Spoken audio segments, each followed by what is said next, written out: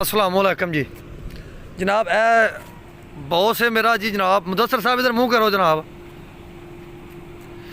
तो इन्हों की लगी है जी मुंजी छड़ाई लगी थोड़ी। हाँ जी मुंजी छड़ाई लगी सर। तुहानू अज कराने विजिट इनका ना जनाब शैलर का जोड़ा मुंजी बनाता जनाब। चेक करो जी। आप मजदूर है तो जनाब ना मुंजी इतने जा पै रही है। यह मुंजी है जनाब यह हौजी है। इतने मुंजी सुट रहे हैं जनाब। अगे है शैलर जनाब।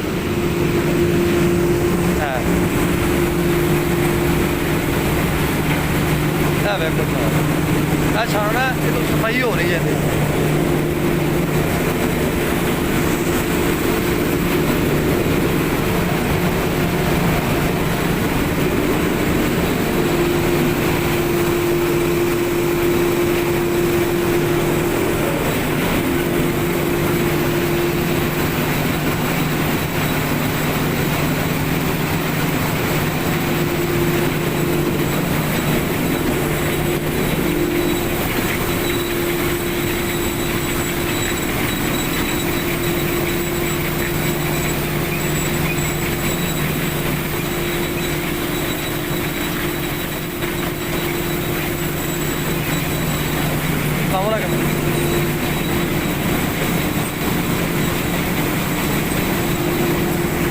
लो जी यह चावल यह जनाब नक्कू बरीक।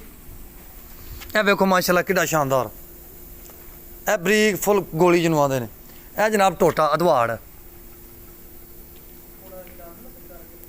हाँ बेहतरीन नज़र आ रहा है माशाल्लाह। क्या बड़ा शानदार है यार टोटा भी।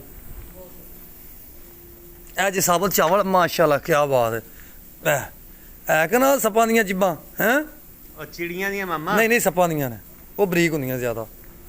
यह साडा मुंशी जी जनाब नशे करके पिया जे इत्थे। आ बोतल भी रखी है पानी वाली। पता नहीं वल है कि नहीं है इनू कोई पता नहीं अजे। क्यों साजी वो कल टोटा वेच छड़िया तो वो की लगा है बच गया। ते भरांदे नहीं चावलों लाण उनका तोल लाण इनू।